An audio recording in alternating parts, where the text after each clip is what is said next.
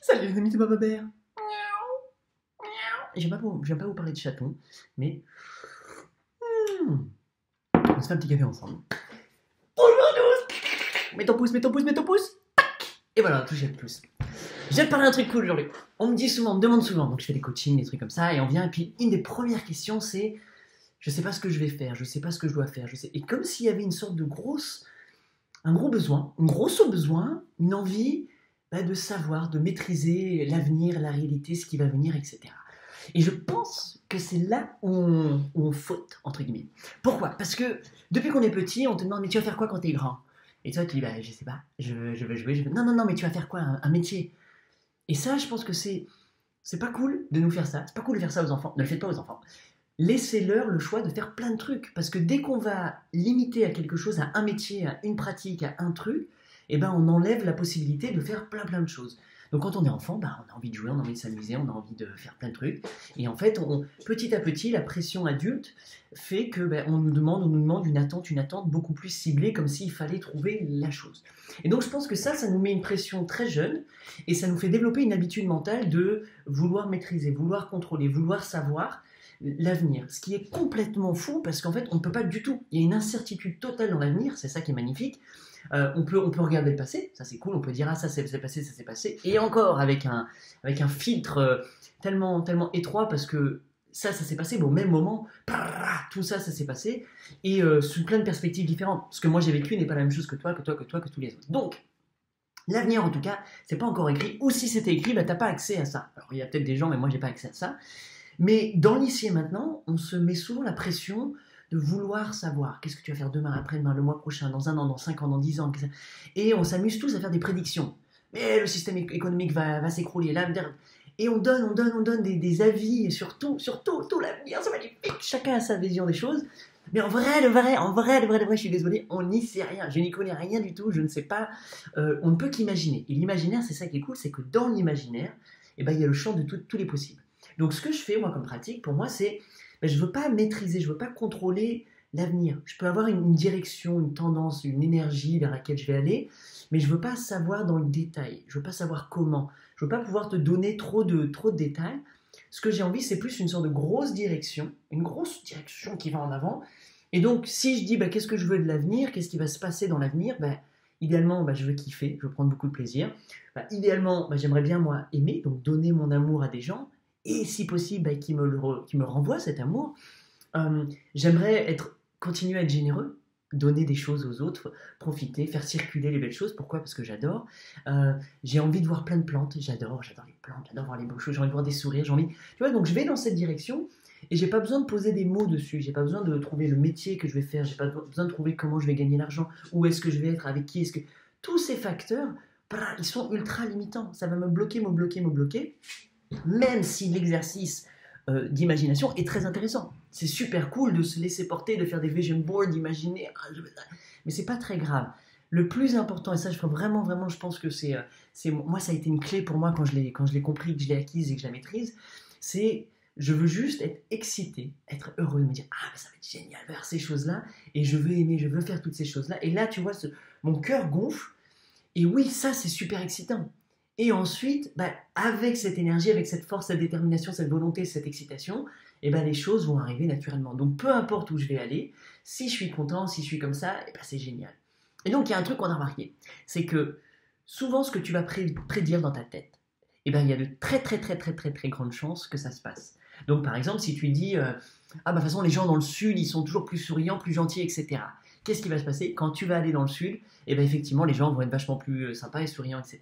Mais si tu dis, de toute façon, dans mon bled, c'est que des paumés, c'est que des pecnos, etc., dans ton bled, ça va être que des pecnos, que des trucs.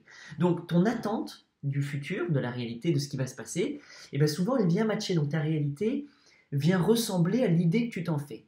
Donc, si tu n'arrêtes pas de dire, de toute façon, le monde s'est foutu, on va vers le truc, le machin, le chaos, le collapse, le truc, il y a de fortes chances que ça va vers là. Alors que de l'autre côté, tu peux aussi faire l'autre choix de dire mais non, c'est merveilleux, ce n'est qu'un moment T de l'histoire, c'est ce qui nous permet de nous reconstruire, de prendre des décisions, Et de toute façon, je vais tout le temps aller vers le cœur, vers l'imagination, vers la création, vers l'envie de partager et d'ouvrir encore plus à la beauté du monde. Et bien forcément, j'ai l'impression que ça va matcher aussi ça. Donc ta réalité, donc moi, ma vraie vie de tous les jours, ben, c'est ça que je vois.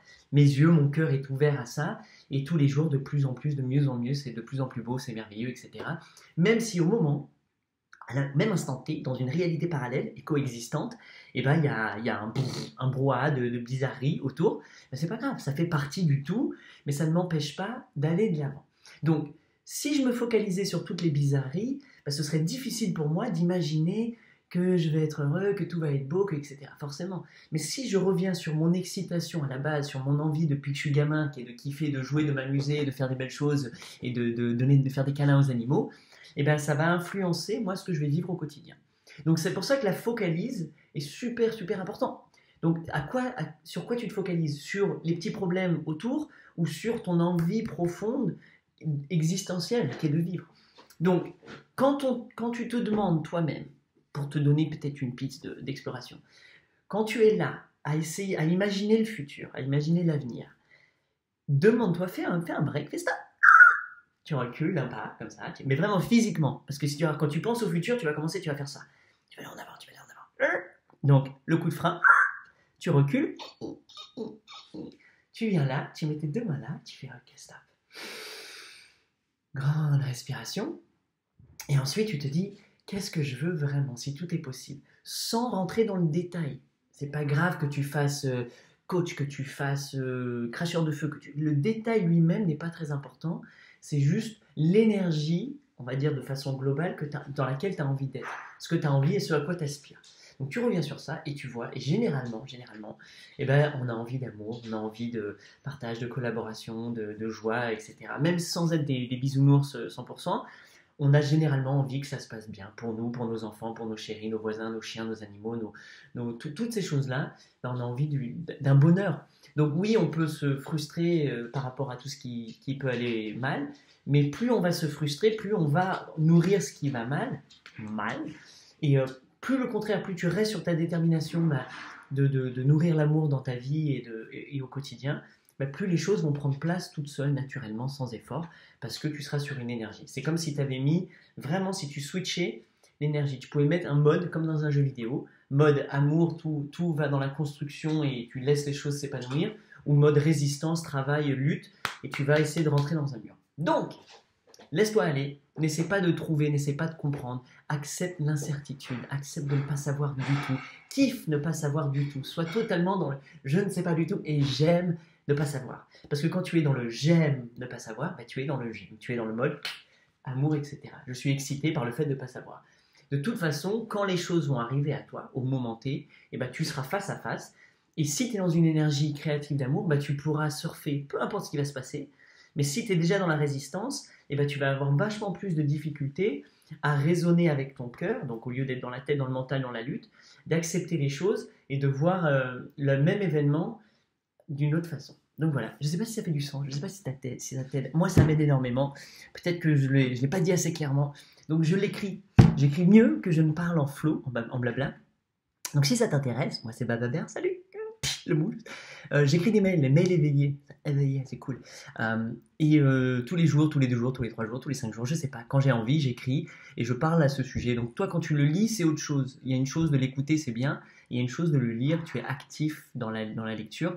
Et il y a peut-être des choses que je formule mieux, comme ça, et que tu retiendras peut-être plus. Donc si tu veux, tu peux me trouver. Tu vas sur coraccord.org où tu mets Bababert sur Internet. Tu trouveras facilement comment me joindre, comment recevoir ces mails. Et puis on entame une discussion à plusieurs avec le vie, l'amour et tout ça. Voilà, bye bye, merci pour tout.